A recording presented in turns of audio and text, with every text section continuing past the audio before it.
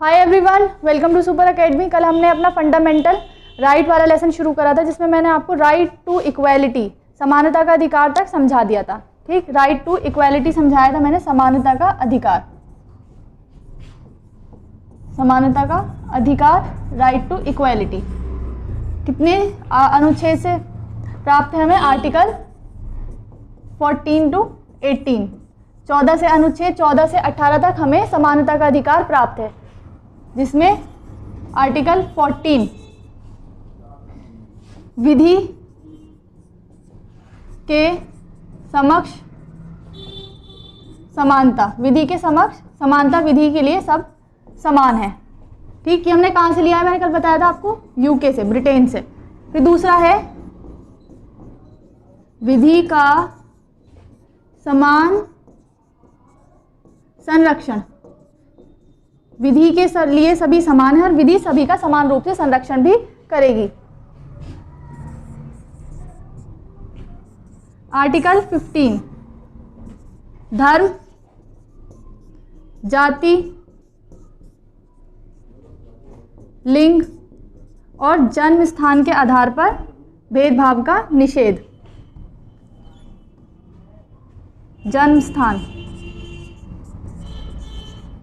इसके एक्सेप्शंस भी मैंने आपको अपनी प्रीवियस वीडियो में बताए थे। ठीक है, फिर आर्टिकल 16 क्या कहता है? लोक नियोजन के विषय में समानता।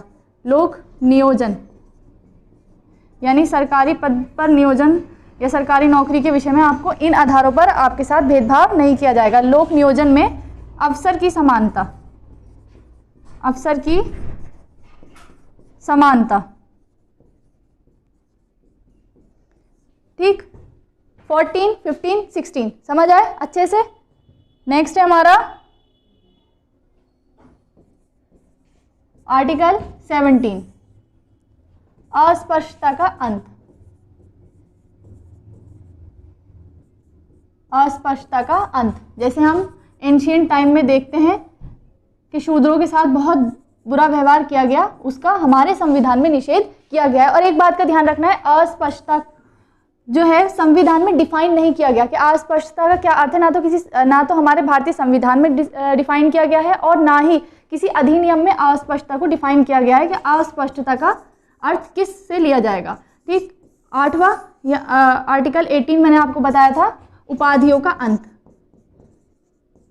जैसे अंग्रेजों के समय में भारतीयों को उपाधियां दी जाती थी, उपाधियों का अंत किया गया है भारतीय संविधान में। केवल सैनिक और विद्या संबंधी उपाधियों को छोड़कर सभी उपाधियों का अंत किया गया है। ठीक, यहाँ तक तो मैंने आपको अच्छे से कल डिफाइन कर दिया था अपने प्रीवियस लेक्चर में। इससे आगे का आज हम चैप्टर कंप्लीट करेंगे। इसके बाद आता है स्वतंत्रता का अधिकार।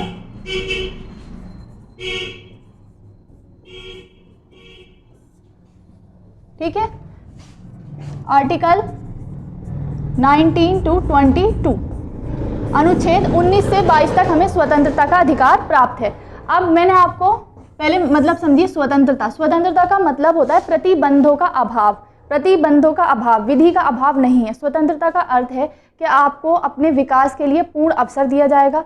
ठीक है, आप कानून के दायरे में रहकर अपनी स्वतंत्रता का उपभोग करेंगे, लेकिन प्रतिबंध नहीं होंगे आपके ऊपर। प्रतिबंधों का अभाव है, विधि का अभाव नहीं है। ठीक, स्वतंत्रता समझ में आया। अब स्वतंत्रता हमें दी गई है आर्टिकल 19 से लेकर 22 तक। पहले पढ़ेंगे आर्टिकल 19 यानी अनुच्छेद 19। स्वतंत्रता की जो सबसे ज़्यादा वो दी गई है फॉर्म्स, वो आर्टिकल 19 में दी गई है। इसे संविधान की रीढ़ बोलते हैं। संविधान की रीढ़ यानी बैकबोन। रीढ़, संविधान की रीढ़ यानी बैकबोन किसे बोलते हैं? आर्टिकल 19 को, अनुच्छेद 19 को संविधान की रीढ़ बोलते हैं, बैकबोन बोलते हैं। ठीक है, जिसपे सारी संरचना टिकी होती है। जैसे मनुष्य की संरचना टिकी होती है बैकबोन पर, इसी तरह इसी की संरचना टिकी हुई है। तो ये आर्टिकल 19, अनुच्छेद 19। ठीक, इसमें हमें मूल संविधान में 7 प्रकार की स्वतंत्रता दी गई थी। अनुच्छेद 19 के तहत मूल संविधान में 7 तरह की स्वतंत्रता हमें मिली हुई थी। 7 प्रकार की स्वतंत्रता हमें प्राप्त थी। ठीक, ए बी करके लिख रही हूँ। 19A। 1 से थोड़ा कन्फ्यूज़न होता है, ठीक है, 1 भी होता है, एग्जाम में आपको 1 भी पूछ लेगा, 2 भी 9, लेकिन आपको ध्यान रखना है मैं A लिख रही हूँ ताकि कन्फ्यूज़न ना हो। 19A आपको देता है अभिव्यक्ति की स्वतंत्रता, राइट टू एक्सप्रेशन, एक्सप्रेस, अपने आप को एक्सप्रेस करने की स्वतंत्रता हमें मिलती है 19A के तहत, 19 के तहत नहीं, 19A के तहत, अभिव्यक्ति की स्वतंत्रता, अभिव्यक्ति की स्वतंत्रता। अभिव्यक्ति का मतलब होता है अपने आप को एक्सप्रेस करना, अभिव्यक्ति की स्वतंत्रता। ठीक, मैंने आपको ये भी बताया है कि हमें अभिव्यक्ति की स्वतंत्रता है, लेकिन आप संवैधानिक दायरे में रहकर इसका उपभोग करेंगे। ये इस पे संसद द्वारा या संविधान द्वारा युक्त प्रतिबंध लगाए गए हैं। आपको ऐसा नहीं है कि आप किसी भी के विरुद्ध कुछ भी कह सकते हैं, आप कहेंगे, अपने आप को एक्सप्रेस करेंगे, लेकिन संवैधानिक दायरे में रहकर। तो आपको अभिव्यक्ति की स्वतंत्रता किसके तहत मिली गई है? मिली हुई है 19A के तहत, अनुच्छेद 19A के तहत। फिर 19B,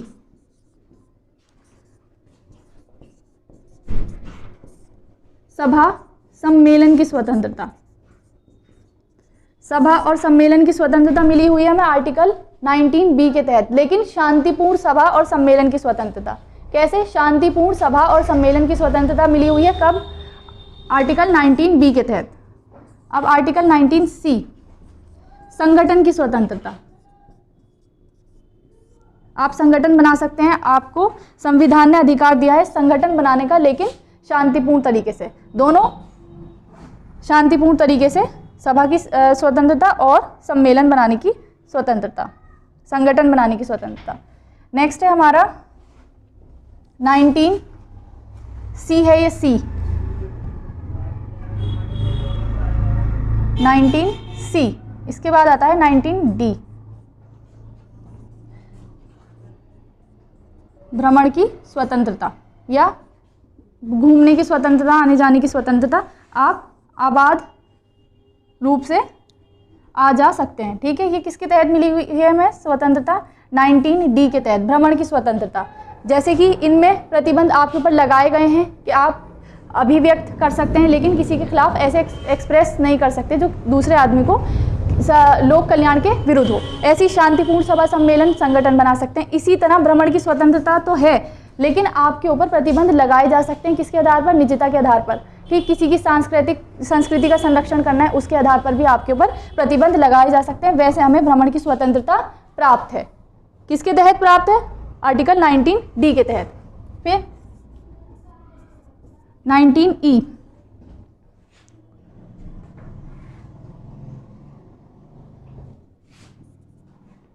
कहता है बसने की स्वतंत्रता।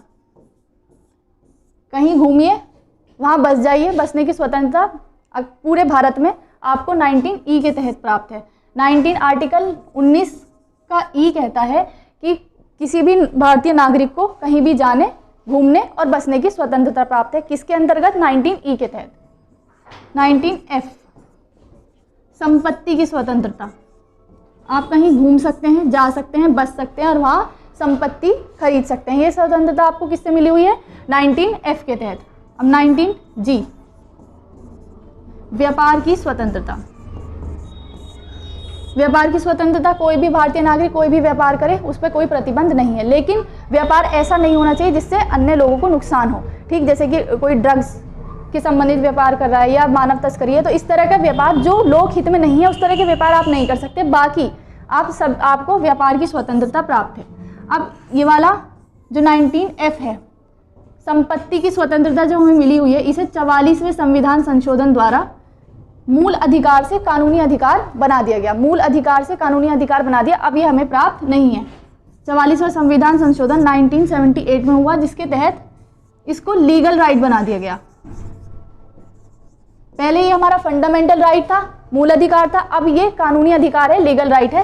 तो 19F, ठीक, ध्यान रखना कितनी तरह की स्वतंत्रता मिली है हमें मूल संविधान में? 7 प्रकार की। अब कितनी हो गई? 6। वर्तमान में हमें 6 प्रकार की स्वतंत्रता प्राप्त है।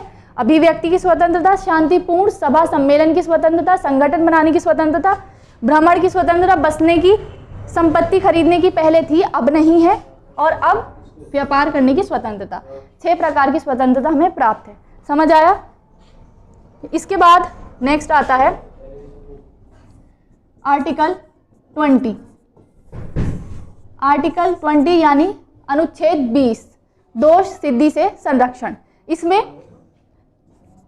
आर्टिकल 21, इसके तहत 3 प्रावधान किए गए हैं। इसको मैं भी आपको नोट्स में अच्छे से पढ़ाऊंगी। पहले जो नोट्स में आपको बनाना है उसको ध्यान से समझ लो। आर्टिकल 20A, इसके तहत आपको 3 अधिकार मिले हुए हैं दोष सिद्धि से संरक्षण में। आर्टिकल 20 आपको दोष सिद्धि से संरक्षण देता है। इसमें आपको 3 अधिकार मिले हुए हैं, फंडामेंटल राइट। पहला है 20A, 20A कह दूं या 21, आर्टिकल 20 फिर ब्रैकेट में 1, इसको कहते हैं एक्स पोस्ट फैक्टो। ये थोड़ी टर्मिनोलॉजी समझनी पड़ेगी, ये संवैधानिक वर्ड है x post facto. X post facto का मतलब ये है कि यदि किसी व्यक्ति ने, मान लो मैं आपको एग्जाम्पल दूं, 2009 में चोरी करी, उस टाइम पर उस चोरी के लिए सज़ा का प्रावधान 6 महीने था, ठीक, और उसकी ट्रायल चल गया लंबा, क्योंकि यहाँ पर विलंब से न्याय मिलता है, ट्रायल चल गया 2012 तक। फिर 2010 में मान लो कोई ऐसा कानून आया जिससे चोरी की सज़ा को 1 साल कर दिया गया, तो उसको सज़ा उसी के हिसाब से मिलेगी जब उसने विधि का उल्लंघन किया था। मान लो उसने 2009 में अपराध किया, ठीक, 2010 में कानून बदल गया, जब उसने अपराध किया था 2009 में तो 6 महीने की सज़ा थी।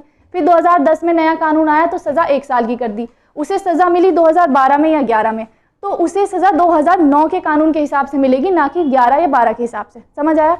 यानी एक्स पोस्ट फैक्टो का मतलब है जब विधि का उल्लंघन किया, जिस समय विधि का उल्लंघन किया, तो जो सज़ा मिलेगी वो उसी वक्त के उसी विधि के अनुसार मिलेगी, ना तो उससे पहले अगर 3 महीने की सज़ा थी तो ना तो 3 महीने की सज़ा मिलेगी, ना 1 साल की सज़ा मिलेगी।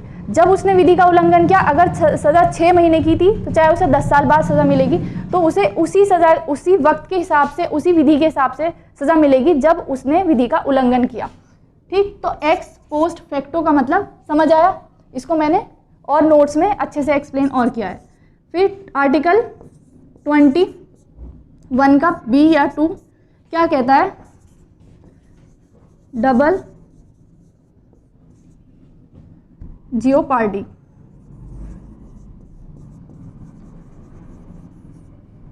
इसका मतलब होता है एक अपराध के लिए एक सज़ा, एक अपराध के लिए एक सज़ा। अगर किसी अपराधी को एक बार उसके अपराध के लिए सज़ा मिल गई है तो आप उसे दोबारा उसी अपराध के लिए सज़ा नहीं दे सकते। तो ये किसमें प्रावधान किया गया है? आर्टिकल 20 का 2, आर्टिकल 20 का 2, अनुच्छेद 20 का 2।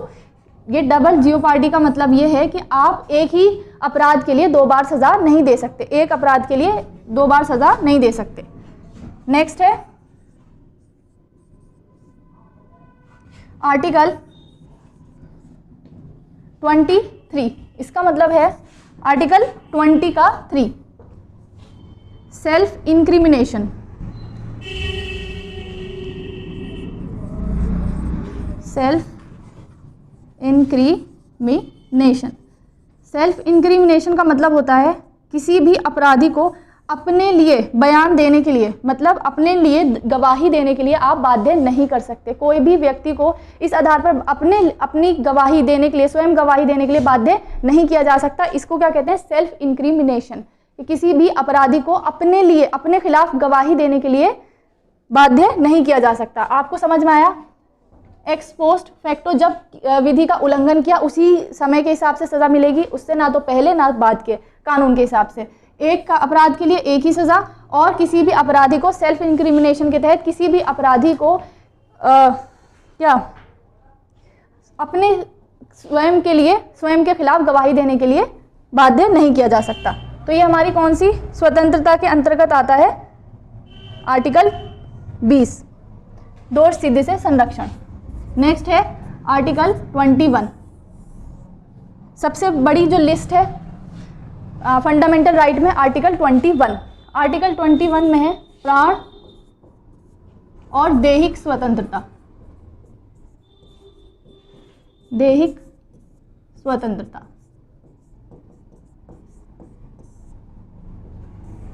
प्राणों की स्वतंत्रता, यानी आप आत्महत्या नहीं कर सकते। आपको संविधान राइट देता है कि आप आत्महत्या नहीं कर सकते, आपको अधिकार है जीने का, यानी जीवन का अधिकार किसके तहत है? आर्टिकल 21।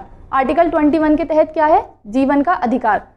दूसरा, दैहिक स्वतंत्रता। दैहिक स्वतंत्रता का मतलब है आपकी प्राइवेट लिबर्टी, ठीक है, आपकी प्राइवेट लिबर्टी। अब इसमें कौन कौन से आएंगे आर्टिकल 21 का अगर मैं आपको बताऊं, जैसे स्वच्छ पर्यावरण का अधिकार।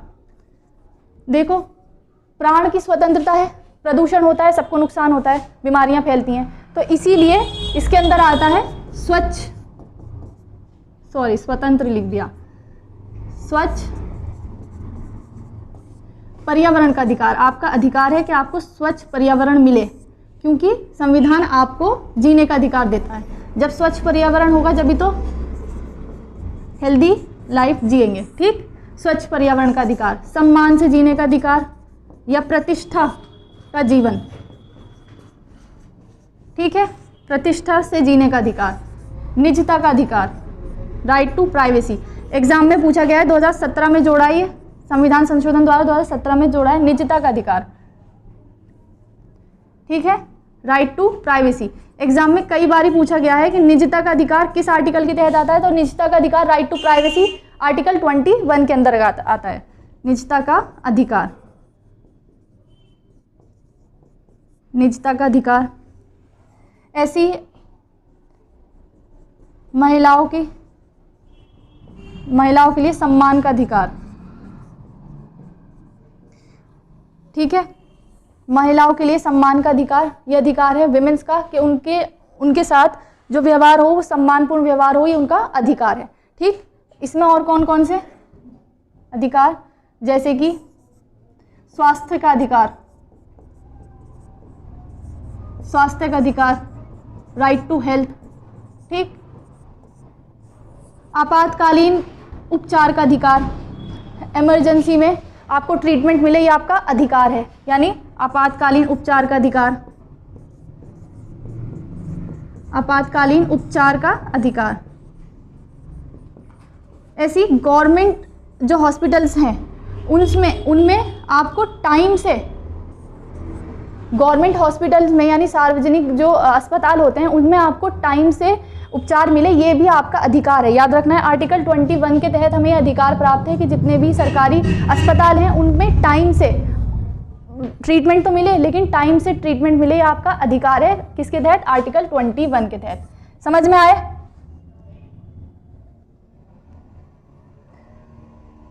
स्वतंत्रता का अधिकार 19 में मूलतः 7 थे, अब 6 प्राप्त है।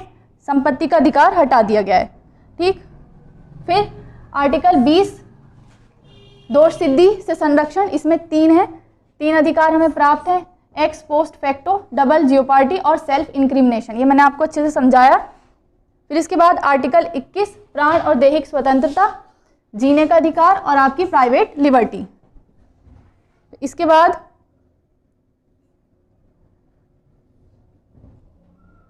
इससे पहले मैंने आपको ये समझा दिया था, उपाधियों का अंत, यहाँ संपत्ति का समानता का अधिकार मैंने आपको कंप्लीट करा दिया था। अब यहाँ से शुरू होगा हमारा स्वतंत्रता का अधिकार। स्वतंत्रता का अधिकार हमें कहाँ से मिला हुआ है? अनुच्छेद 19 से 22 तक। अनुच्छेद 19 से 22 तक स्वतंत्रता का अधिकार मिला हुआ है। अनुच्छेद 19 सभी नागरिकों को 6 मौलिक अधिकार की गारंटी देता है, सभी नागरिकों को, विदेशी इसमें शामिल नहीं है। अगर व्यक्ति होता तो नागरिक और विदेशी दोनों शामिल हैं, तो याद रखना है आर्टिकल 19 नागरिकों को प्राप्त है, आर्टिकल 19 नागरिकों को प्राप्त है, विदेशी नागरिकों को प्राप्त नहीं है। ये तो आप खुद भी अंदाजा लगा सकते हैं अभिव्यक्ति की स्वतंत्रता से कि अभिव्यक्ति की स्वतंत्रता नागरिकों को मिलेगी, ठीक।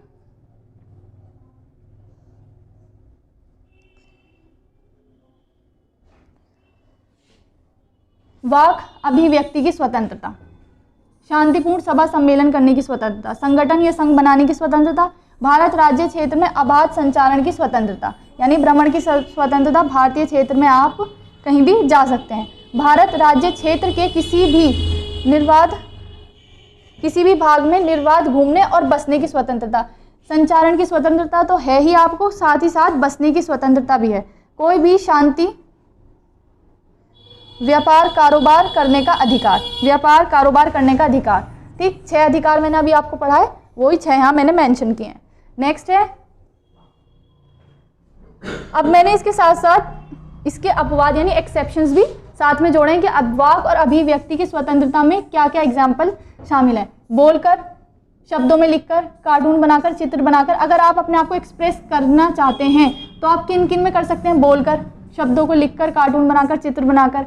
चुप रहने का अधिकार, मौन रहने का अधिकार भी आपका स्वतंत्रता का अधिकार है और किस में आता है? वाक और अभिव्यक्ति की। ये भी एक्सप्रेशन है, कोई नहीं बोल रहा, चुप है, तो वो एक्सप्रेस कर रहा है अपने आप को। तो चुप रहने का अधिकार या मौन रहने का अधिकार आर्टिकल 19A के तहत, आर्टिकल 19A ध्यान रखना है, आर्टिकल 19A के तहत आपको प्राप्त है। बंद या आवन या हड़ताल असंवैधानिक है। अच्छा, हड़ताल का अधिकार नहीं है, बंद करने का अधिकार या हड़ताल का अधिकार आपको प्राप्त नहीं है, तो ये ध्यान रखना है कि हड़ताल इसमें नहीं आता है। विरोध प्रदर्शन शांतिपूर्ण संवैधानिक, विरोध प्रदर्शन अगर आप करते हैं, विरोध प्रदर्शन किसी कानून के खिलाफ अगर आप विरोध कर सकते हैं, कर रहे हैं और शांतिपूर्ण तरीके से कर रहे हैं तो वो संवैधानिक है, लेकिन हड़ताल जो है वो असंवैधानिक है। ध्यान रखना है, ये एग्जाम में पीछे पूछा गया है। सूचना का अधिकार, राइट टू इंफॉर्मेशन, किसके अंदर आता है? अभिव्यक्ति की स्वतंत्रता के अंतर्गत। फोन टैपिंग, ये टैपिंग है, फोन टैपिंग के विरुद्ध अधिकार, फोन टैपिंग के विरुद्ध अधिकार किसमें है? 19A में। अभी मैंने आपको बताया कि आपको अधिकार प्राप्त है, लेकिन वो लिमिटेड है, अनलिमिटेड नहीं है। ठीक, इसमें प्रतिबंध भी लगाए हैं। भारत की एकता, आपको अभिव्यक्ति की स्वतंत्रता है, लेकिन आप अपने आप को अभिव्यक्त करेंगे। भारत की एकता और संप्रभुता को हनन नहीं होना चाहिए। ठीक, भारतीय राज्य की सुरक्षा, नैतिकता की स्थापना, न्यायालय की अवमानना आप नहीं कर सकते, नहीं तो न्यायालय दंड दे देगा। ठीक, तो ध्यान रखना है, आप अभिव्यक्त कर सकते हैं अपने आप को, लेकिन इन चारों का ध्यान रखना है। भारत की एकता, अखंडता को हनन नहीं होना चाहिए, न्यायालय की अवमानना नहीं होनी चाहिए, नैतिकता की स्थापना होनी चाहिए, नैतिकता का हनन नहीं होना चाहिए, ऐसा नहीं आप कुछ भी बोल दें, और भारतीय राज्य की सुरक्षा होनी चाहिए। अब मैंने आपको दूसरा बताया 19B, सभा और सम्मेलन करने की स्वतंत्रता, शांतिपूर्ण सभा और सम्मेलन करने की स्वतंत्रता, लेकिन करेंगे आप कैसे करेंगे? बिना हथियारों के। सार्वजनिक स्थल पर, किसी निजी स्थल पर आप जाके हड़ताल नहीं करना शुरू कर देंगे, हड़ताल तो है ही नहीं। खैर, सम्मेलन, ठीक है, हड़ताल और बंद करने का अधिकार नहीं है, इसको ध्यान रखना है, नहीं है हड़ताल और बंद करने का अधिकार नहीं है, क्योंकि इससे और लोगों को नुकसान होता है। सार्वजनिक संपत्ति को तोड़ फोड़ नहीं कर सकते आप, ठीक है।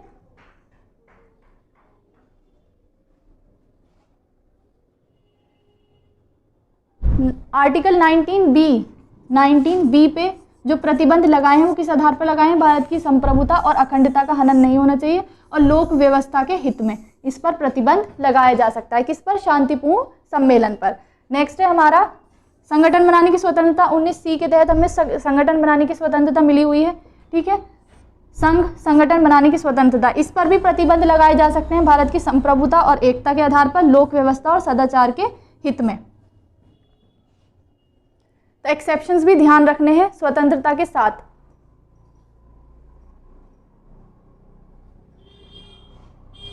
घूमने का अधिकार है, लेकिन आम लोगों की सुरक्षा, आम लोगों की सुरक्षा, आम लोगों की सुरक्षा से मतलब यह है कि अगर किसी को ऐसा डिसीज़ है जो कनेक्टिविटी से फैलता है तो उसके ऊपर प्रतिबंध लगाया जा सकता है, ठीक है। तो आम लोगों की सुरक्षा को ध्यान रखेंगे। अनुसूचित जनजाति क्षेत्रों में प्रतिबंध है घूमना, क्योंकि इनकी अपनी एक संस्कृति होती है, इसका संरक्षण करना सरकार की जिम्मेदारी है, इसीलिए आपके संचारण पर प्रतिबंध लगाया जा सकता है। अनुसूचित क्षेत्र में आप नहीं जा सकते, राष्ट्रीय सुरक्षा के हित में। नेक्स्ट है हमारा 19E। F खत्म हो गया, अब 19E, व्यापार और रोजगार की स्वतंत्रता। लेकिन आप कोई भी अनैतिक व्यापार इसमें शामिल नहीं है, कोई भी अनैतिक व्यापार शामिल नहीं है, यानी कि आप ड्रग्स का व्यापार, मानव तस्करी, इस तरह का कोई व्यापार नहीं करेंगे, जैसे महिलाओं या बच्चों का दुरुपयोग और खतरनाक व्यवसाय, इस तरह के व्यवसाय नहीं करेंगे। इसके अलावा आपको व्यवसाय की स्वतंत्रता प्राप्त है। तो आपको 19 समझ में आया। आर्टिकल 19, इसमें हमें 6 अधिकार प्राप्त हैं, मूलतः 7 थे, अब 6 रह गए हैं। संपत्ति के अधिकार को हमने हटा दिया है। नेक्स्ट है हमारा अनुच्छेद 20, आर्टिकल 20, अपराध के लिए दोष सिद्धि के संबंध में संरक्षण, अपराध के लिए दोष सिद्धि के संबंध में संरक्षण। इसके अंतर्गत ऐसे व्यक्तियों को जिन पर किसी अपराध को करने का आरोप लगाया गया है इनमें निम्न 3 प्रकार का संरक्षण प्राप्त है। जिनके ऊपर अपराध का आरोप है उनको 3 प्रकार से संरक्षण प्राप्त है। पहला, कार्योत्तर विधियों से सुरक्षा, अनुच्छेद 20। जैसे मैंने अभी आपको बताया था, क्या बताया था, एक्स पोस्ट फैक्टो, जब आपने अपराध किया, जिस समय अपराध किया उस समय उस विधि के हिसाब से आपको सजा मिलेगी। ठीक, तो कार्यांतर विधियों से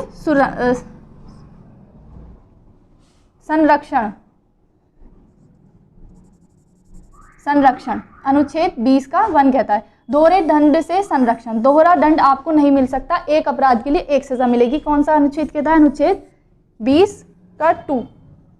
आत्म अभिशमन से संरक्षण, किसी व्यक्ति को स्वयं अपने लिए गवाही देने के लिए बाध्य नहीं किया जा सकता। इस तरह की सीमाएं बल आपराधिक कानूनों में, ना कि सामान्य सिविल, ये केवल एक साथ आता है, इन्होंने अलग अलग लिख दिया। इस तरह की सीमाएं केवल आपराधिक कानूनों में है, ना कि सामान्य सिविल अधिकार या कर कानूनों में। ये इस तरह की व्यवस्था केवल, ये एक साथ है, मैं इनका पता नहीं क्या लिख दिया है, केवल इस तरह की जो ये व्यवस्था की गई है केवल आपराधिक कानूनों में प्राप्त है आपको, ना कि सामान्य सिविल अधिकार या कर कानूनों में। तो उसका ध्यान रखना है। 3 मैंने आपको बताए, एक्स पोस्ट फैक्टो,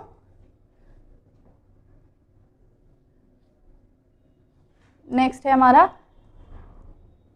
अनुच्छेद 21, आर्टिकल 21, मोस्ट इंपॉर्टेंट, कई बार ही पूछा गया है। निजता का अधिकार तो इसमें जब 2017 में पूछा गया था, उसके बाद लगभग हर साल हर एग्जाम में पूछा गया है। प्राण और दैहिक स्वतंत्रता, प्राण और दैहिक, इसके तहत हमें 2 स्वतंत्रता प्राप्त है, प्राण जीवन का अधिकार और दैहिक स्वतंत्रता यानी पर्सनल लिबर्टी। प्राण और दैहिक स्वतंत्रता का मूल अधिकार सभी मौलिक अधिकारों में सर्वश्रेष्ठ है, सभी मौलिक अधिकारों में सर्वश्रेष्ठ है। इसके अनुसार किसी भी व्यक्ति को उसके प्राण और दैहिक स्वतंत्रता से विधि द्वारा स्थापित प्रक्रिया के अनुसार ही वंचित किया जा सकता है। अब देखो यहाँ विधि द्वारा स्थापित प्रक्रिया, विधि द्वारा स्थापित प्रक्रिया का मतलब होता है, यहाँ अगर मैं लिखूं कि कानून बनाने की, कानून से मतलब नहीं है कि कानून ठीक है, सही है या नहीं, कानून बनाने की प्रक्रिया सही होनी चाहिए। यानी कानून बनाने की प्रक्रिया सही होनी चाहिए।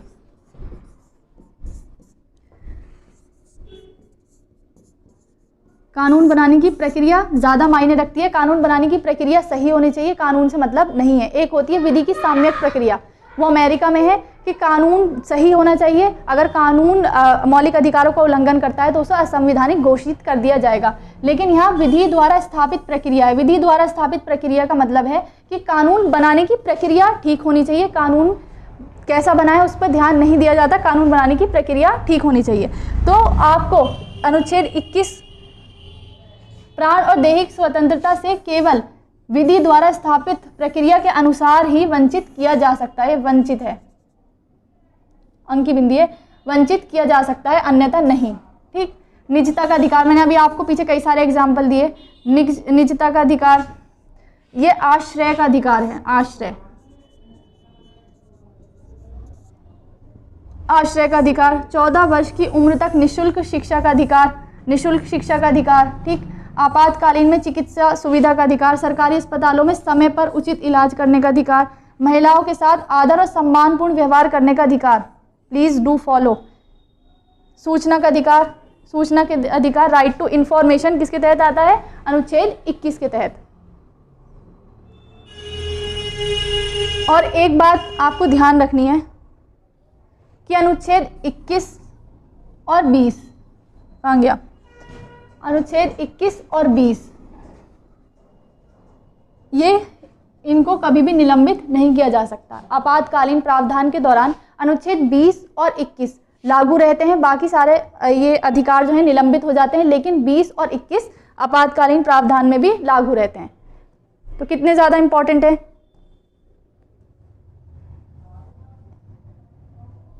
इसको संवैधानिक संशोधन द्वारा जोड़ा गया 2002 में। शिक्षा का अधिकार, अनुच्छेद 21 के अनुसार राज्य 6 से 14 वर्ष तक की उम्र के बच्चों के लिए निःशुल्क शिक्षा, निःशुल्क एवं अनिवार्य, यानी बेसिक जो एजुकेशन है 6 से 14 साल के बच्चों के लिए वो अनिवार्य कर दी। किसके तहत? हमारा राइट है, राइट टू एजुकेशन के हर 6 से 14 साल के बच्चे को बेसिक एजुकेशन राज्य प्रोवाइड कराएगा। कैसी एजुकेशन? बेसिक। इसमें हायर एजुकेशन का प्रावधान नहीं है, इसमें हायर एजुकेशन का प्रावधान नहीं है, उच्च शिक्षा का प्रावधान नहीं है, बेसिक एजुकेशन की बात करता है। अनिवार्य शिक्षा उपलब्ध कराएगा निःशुल्क। तो यह आपका अधिकार है कि जो बच्चा 6 से 14 साल की उम्र का है तो उसका अधिकार है कि उसे बेसिक एजुकेशन मिले। कौन उपलब्ध कराएगा? राज्य। इस प्रकार यह व्यवस्था केवल आवश्यक शिक्षा का एक मूल अधिकार के अंतर्गत है, ना कि इसमें उच्च व्यावसायिक शिक्षा, ना तो इसमें व्यावसायिक शिक्षा शामिल है और ना ही इसमें हायर एजुकेशन शामिल है। तो इसका ध्यान रखना है। और इसे कब जोड़ा गया? 2002 में 86वें संविधान संशोधन द्वारा इसको जोड़ा गया।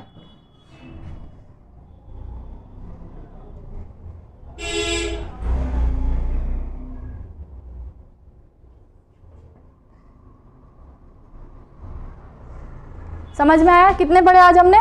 आर्टिकल 19 से 21 तक पढ़े, ठीक, जिसमें 19 में हमें स्वतंत्रता मिली हुई है, 6 प्रकार की स्वतंत्रता हमें प्राप्त है। 20 में दोष सिद्धि से संरक्षण और 21 में प्राण और दैहिक स्वतंत्रता। इससे आगे का लेक्चर मैं अपने नेक्स्ट लेक्चर में कंप्लीट करूंगी। Thank you so much. Note ज़रूर बनाने हैं। Thank you so much.